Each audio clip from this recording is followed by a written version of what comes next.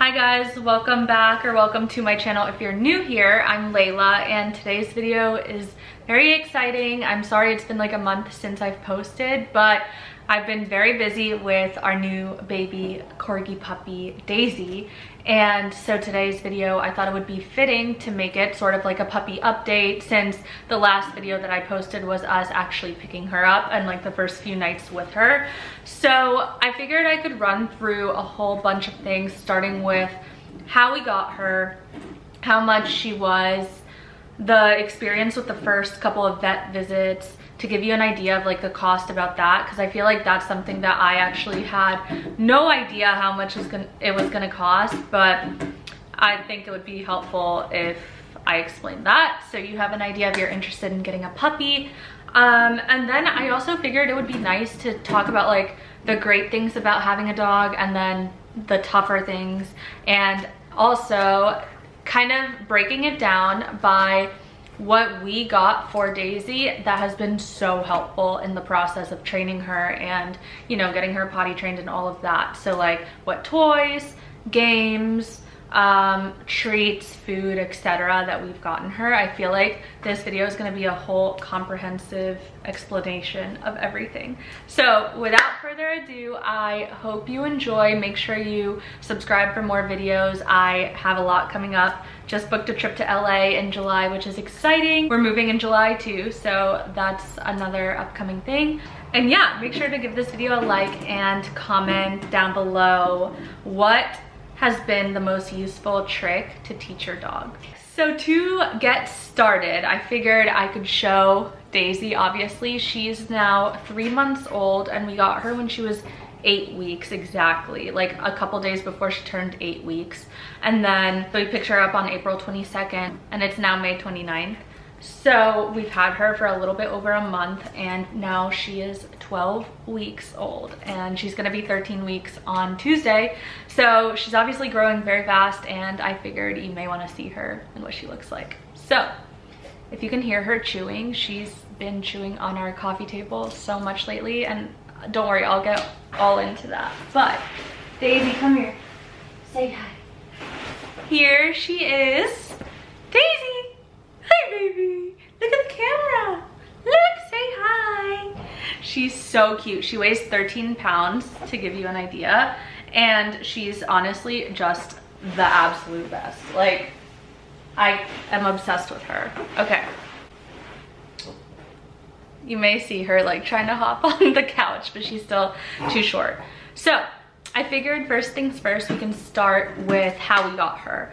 So I talked about this briefly in the last video when we actually picked her up, but Nelson and I have been talking about getting a puppy since literally a year ago. Like last summer is when we kind of started like toying with the idea about getting one.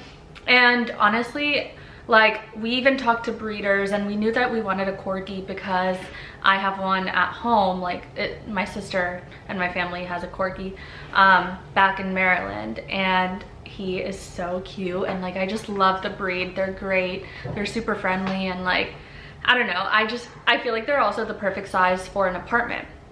So we knew that we wanted a Corgi. Step one, know what type of dog you're gonna get. Then I was reaching out to a bunch of different breeders, including the one that we actually got Gatsby through. But at the time, that litter, because I trusted her, obviously, like it was a great smooth process. Gatsby, my family's Corgi, was around $2,500, but it included shipping him. So like the breeders actually came on the plane with him and dropped him off. We got him in 2020, May of 2020, so like right when the pandemic started. But anyways, that was like my first instinct, was like to talk to her to see if she has any puppies available. This was last year. And when I reached out to her, she said that the litter wouldn't be born until December of 2021. So therefore, obviously you can't take them home right away. You have to wait like 2 months at least. So with that being said, they wouldn't have been ready until February. So Nelson and I, obviously, like we were like, oh, that's so long to wait, and like getting one in the winter would be tricky because, you know, taking them outside and all of that, you know, it's really cold in New York. So we figured that like that timing just wasn't ideal with what we wanted, and also it was way more expensive than what we ideally wanted to pay. Not saying that you need to find like a cheap dog, obviously, because you need to go with a reputable breeder, but I felt like I needed to do a little bit more research and look at other breeders as well. So that's what I did. So I was talking to my dad, I want to say maybe in like late February, and he was saying that the first thing we should do is check the American Kennel Club Association website, which is basically the like legit website to find breeders, and you know that they're not like scams and stuff like that. Some websites are total scams, so you really want to be careful and make sure that you're getting a reputable breeder who can give you references if need be and all of that. My grandma has gotten scammed through one of those like other websites, so you don't want to buy a $200 purebred dog because that's probably not real. Okay, I went on American Kennel Club Association and basically messaged like probably 12 Corgi breeders. And I messaged this one and she didn't have any pictures of the puppies. And I messaged her literally on March 1st of this year. And she responded right away because I basically was like, hey, when are the puppies gonna be ready? Do you have photos, etc.? And she was like, they were actually born this morning and I'm gonna upload pictures later today. And she was like, so they'll be ready by around Easter time, which was mid-April. And that timing for us now, we felt completely ready because we had been saving up also for a puppy and everything. And so we were like, oh my God, this is perfect, like so awesome. So she sent us photos of the newborn puppies and they were so cute. And she was like, do you have an idea of what color and like gender, etc.? And I was like, a red female. So she was like, there's only 2 red ones in this litter and actually one of them is a girl, so I can hold her for you up until Easter. And I was like, oh my God, this is amazing. There was no deposit, so just keep that in mind too. She was a totally reputable breeder, and don't put down a deposit unless you like FaceTime breeders and you're like 100% sure that they're legit. And she also said that she didn't require payment up until we picked her up. So that was also a green flag. Like you want to make sure that a breeder is offering that too, you know, because God forbid something can happen, like you don't get along with a puppy when you actually go and see them, then you're not like moved into anything. We told her, okay, save this red female Corgi. Done. So next step, we live in a building that is actually no pets allowed. The only type of pets that they allow are service animals, not emotional support dogs, service animals. There's like 6 other dogs in this building anyways that are service dogs.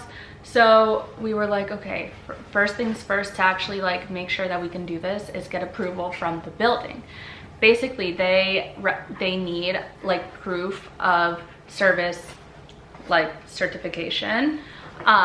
And that's very easy to do online. I'll link the one that we use down below, but basically you literally pay 60 or 70 bucks and it literally gives you a digital copy and they mail you one too within a couple of days. So it's so easy. You honestly don't even have to say that you need it specifically for any type of service. I just said that I needed it for like panic attacks, which I don't get, but nonetheless, we kind of finessed this.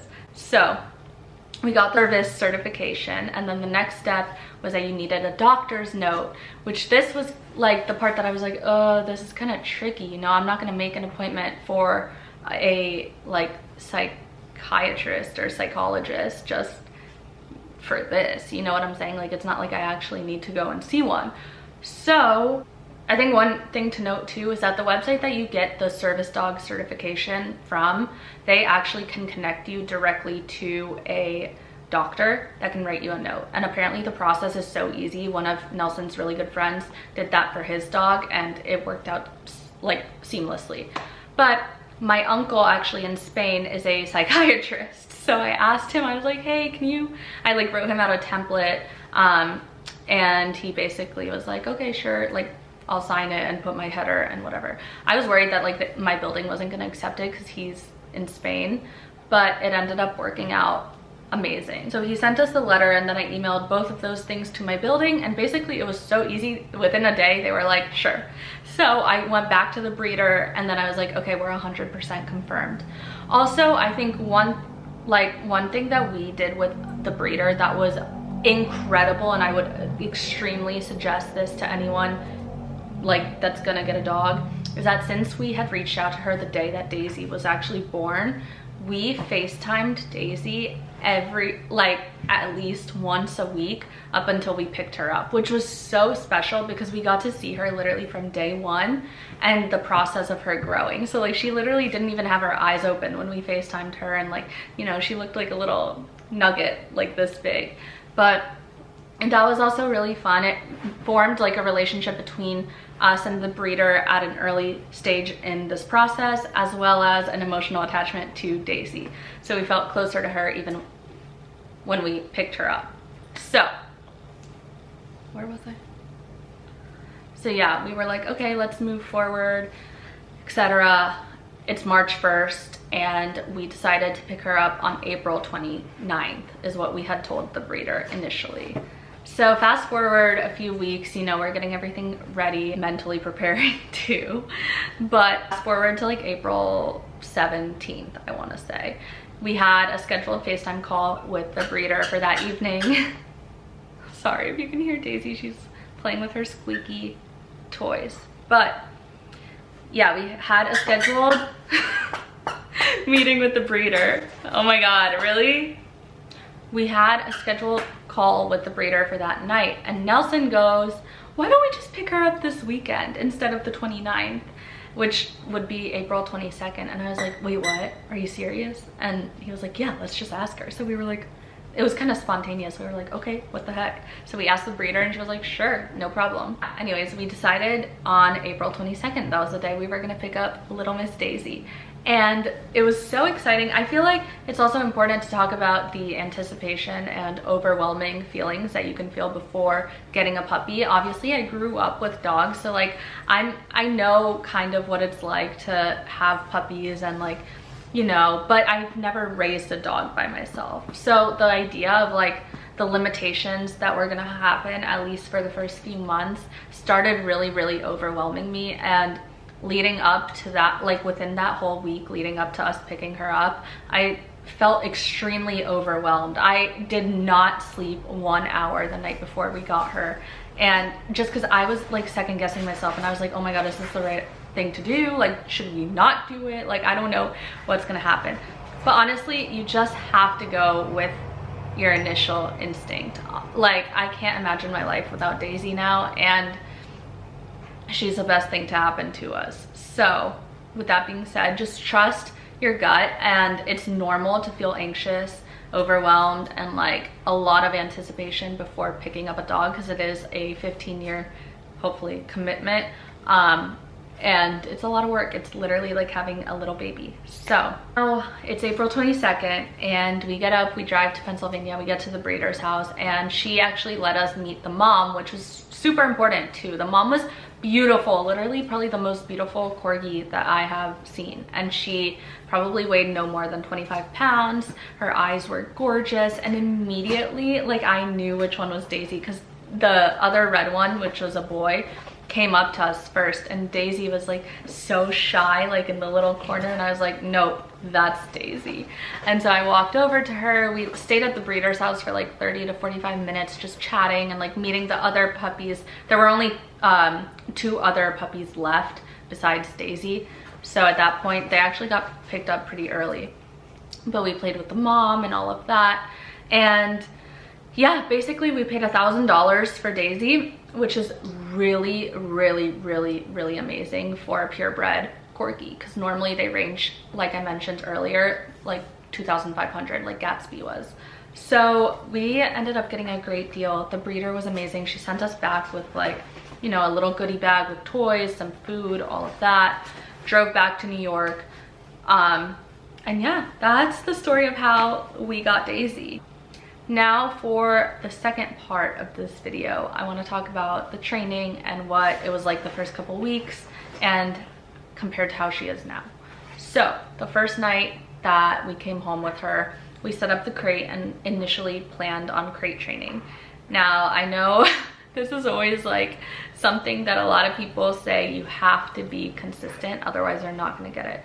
First night, she was amazing. She woke up once to pee and then we put her back in and she was quiet until 7:30 in the morning. So we were like, oh my God, this is gonna be so easy. She's so good.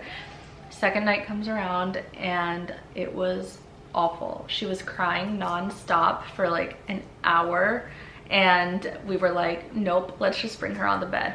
Within 2 minutes of bringing her on the bed, she fell asleep. So we were like, you know what? Let's just forget the crate. It's really cute, the fact that she likes to like cuddle with us and all of that. So long story short, she sleeps on the bed with us and it's the cutest thing ever. Like, we literally will hold her like this. Like, she's not the type of dog who doesn't like to be touched like 24/7. Like, when she's in a deep sleep, she doesn't mind cuddling. So it's so freaking cute. But yeah, that's the whole sleeping arrangement. Now, for potty training, she had a ton of accidents the first few weeks. We had pee-pee pads like all over the house and we have a balcony, thank God. So we got her a little like grass pad outside and she did not want to use it because she didn't really understand the concept of like concrete since she had been in grass for the past 2 months of her life. So it took her a while to get kind of like used to that. And I don't know, you know, they're little, so they don't understand pee-pee pads and all of that. But eventually, slowly, she started peeing on the pad. And every time that she peed on the pad, give her a treat or like reward her, praise her, so she knows that she's doing like a good thing. And yeah, so now obviously she still has a few accidents here and there, but she's so much better about it. Like, she will now pee and poop on the concrete outside, which is amazing, and on the balcony, and hardly ever, you know, pees inside anymore, really, unless it's on the carpet, like it maybe once every couple days, but it's no big deal, honestly. We were prepared to have accidents and like that's the least of my worries, honestly. So yeah, potty training has been pretty good. Now let's talk about the nipping and biting. This has been probably the most difficult thing to help train, because obviously it's normal that all dogs do this. However, she's a Corgi and Corgis are herding dogs, so they actually are trained to, or like bred to herd sheep and stuff on a farm, which means like they bite like the back of their ankles to make them go a certain way and whatnot. And we knew this with Gatsby too, because he always was like a playful biter. Even as a puppy, so we were expecting this, but it does hurt. Their teeth are literally razor sharp, so you want to be careful with it. Nelson has been like cut open from her by accident. Obviously, it's not like she's aggressive. She's just like understanding what she can and can't bite. So with this, we actually got this spray, which I think is literally the key to get them to stop biting. And granted, she's still, you know, learning, so she still does that sometimes, but she's gotten so much better about it, especially within the last like week and a half. This is the Bodhi Dog Bitter No Chew and Hot Spot Spray. It's all natural, so it's not bad for them. And basically you spray it and it has like a spicy sensation to them when they lick it, and dogs hate that. So it immediately makes her like stop chewing on whatever she's chewing. And she's been biting the couch, the table, and the rug, and obviously our feet and stuff. But this stuff is so good. The only thing is, it's a pretty prominent smell, so that's the one thing I'll say about it. But it's so good, honestly. Like, I think if you're getting a puppy or you have a dog that just bites a lot, get this, spray it on anything that you don't want sprayed. Obviously, once it kind of fades away, then they'll go back to biting it, but you want to just be consistent with this. Literally amazing. I have no words. Right now, she's actually mouthing, which is what the vet told us. And basically mouthing is like when they're learning what they can and cannot bite. And then once she starts losing teeth and like her adult teeth start growing in, that's when it's considered teething. So he said that it always gets worse before it gets better. So just, you know, be patient. It teaches you a lot of patience. And just anytime that they try to bite you, put a toy, like have toys handy, have treats handy, like anything that's gonna get them to be distracted from chewing your hands or feet or whatever, do that, put it in front of them, and then they'll slowly start understanding that they can't chew you. So now let's talk about the vet. This was my number one concern with getting a puppy, because I know vet bills can be so hefty and accidents happen, obviously. To give you an idea, Gatsby, the puppy that we have at home, or the dog that we have at home, when he was a puppy, like 5 months old, he actually swallowed my sister's underwear, and they had to take him to the vet, obviously, like the vet hospital, because they didn't know what to do. He was fine, like, you know, breathing like normal and everything, but obviously we wanted to know like how they were gonna get it out. And basically they made him throw up, and then that vet bill just for that was $5,000, which is insane. So this was my number one hesitation about getting a dog, was just how expensive the vet was gonna be. But if you think about it, like if you're really careful with not leaving things on the floor and like having a clean space, it's very unlikely that that type of accident is going to happen. So that didn't really stop us, obviously, because we have her now. But just to give you an idea, we brought her with us when she had her first booster. So she was due for her second booster on, I want to say May 6th, I believe. Then we took her to that vet. They did that booster, an exam. They gave her a fecal exam, which is when you have to bring in a little thing of their poop, and then they test it to see if there's parasites and if they need a dewormer, and a couple other, I think they did one other shot. But anyways, that bill, just so you have an idea, we live in New York. We went to a vet in Long Island City, and that bill was $260, which was a lot better than what we were expecting.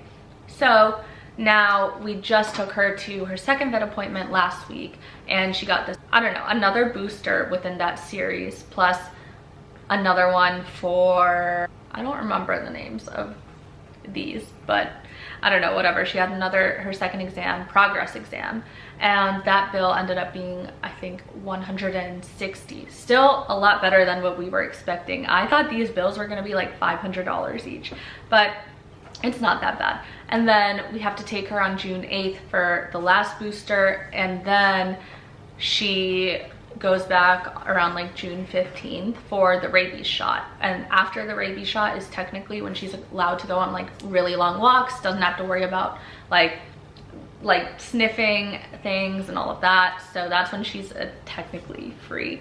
So that's coming up quick. I would say it is a long time to wait to not walk your dog. So what we've been doing is taking her on like short little walks, and obviously like we're careful, and like she gets tired easily too because she's pretty small, so we'll just pick her up and carry her, but just to like get her some exercise too, because imagine being a dog and like not being able to go outside besides a balcony, if you're lucky enough to have a balcony in New York.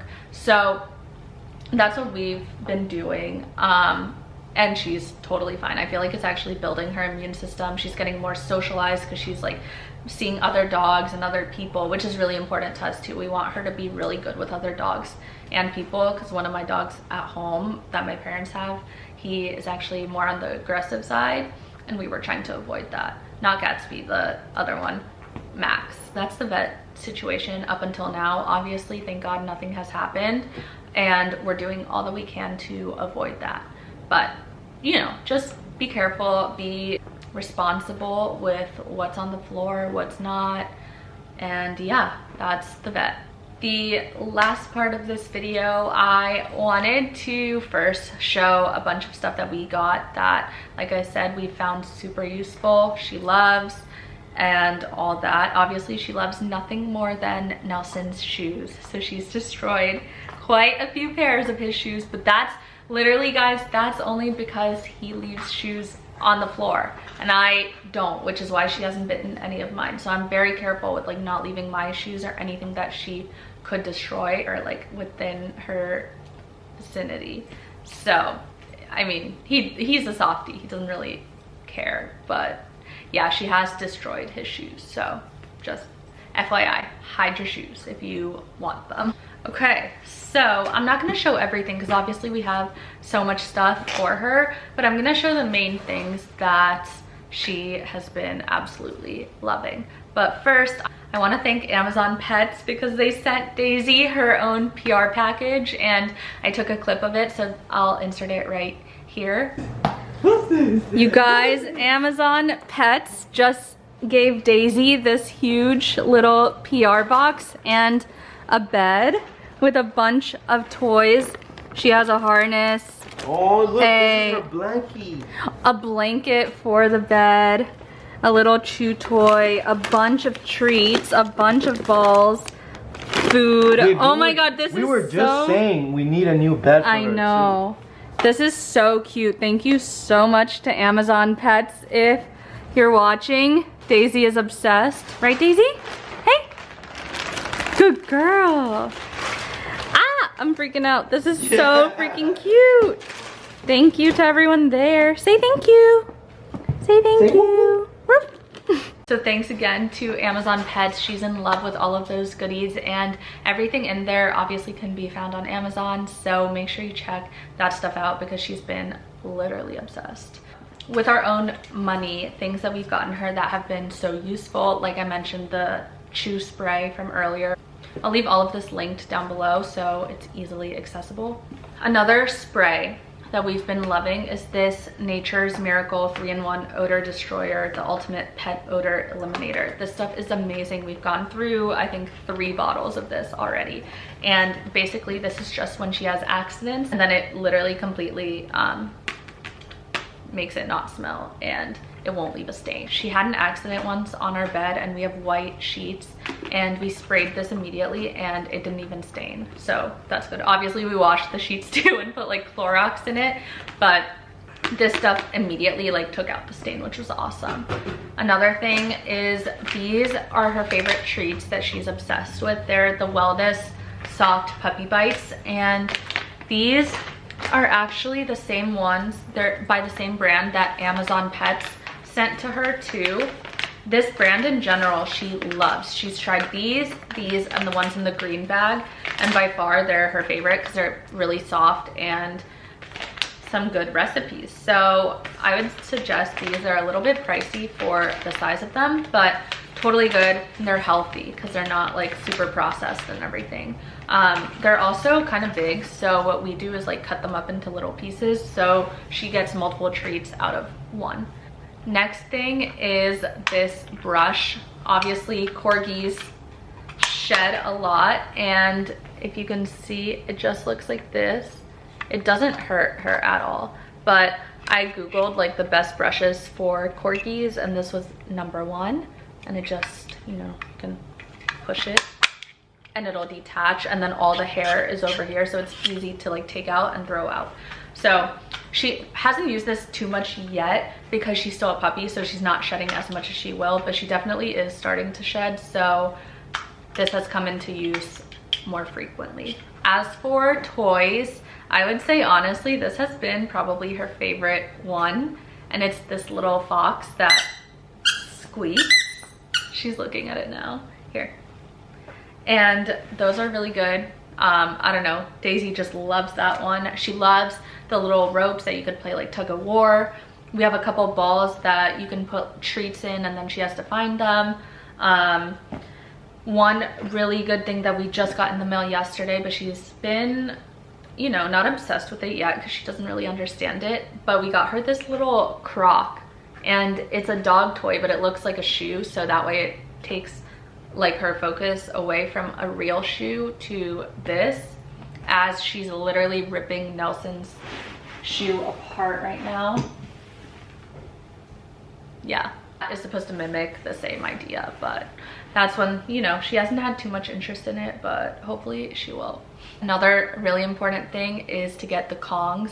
This one's a little dirty because we just used it, but she has this one and then one that's shaped like a tire, and basically you can put treats in it and they have to like get them out and stuff, but we like to use these more to put peanut butter in it. You can give them like organic peanut butter, and that occupies their time for quite a bit, so that way they can like get it out. You can even freeze peanut butter in here, or all of that. So she loves this. This literally distracts her so fast. And then one other thing that I wanted to mention is this huge blanket. Now you must be like, what the heck is that?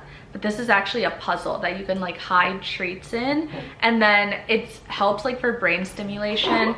And she has another one that's like a hard one. I'll leave it linked down below, which is her favorite. She's lost a few of the pieces to it, but it's so good for like their brains. And like I feel like she's gotten so much better at it in a short amount of time too. And that also is something that like if you have a meeting for like 30 minutes, you just like prep this, leave it on the floor or the other one, and then they'll be distracted like trying to find the treats and getting them out. So I think if anything, like that should be the #1 thing, accessory or toys wise. That basically concludes today's video. I hope this was helpful, and please let me know what else you would like to see regarding dog content. Obviously I have a few other videos planned that are coming out later this week, so that's exciting. And yeah, I hope you guys enjoyed this video, found it useful if you are interested in getting a puppy.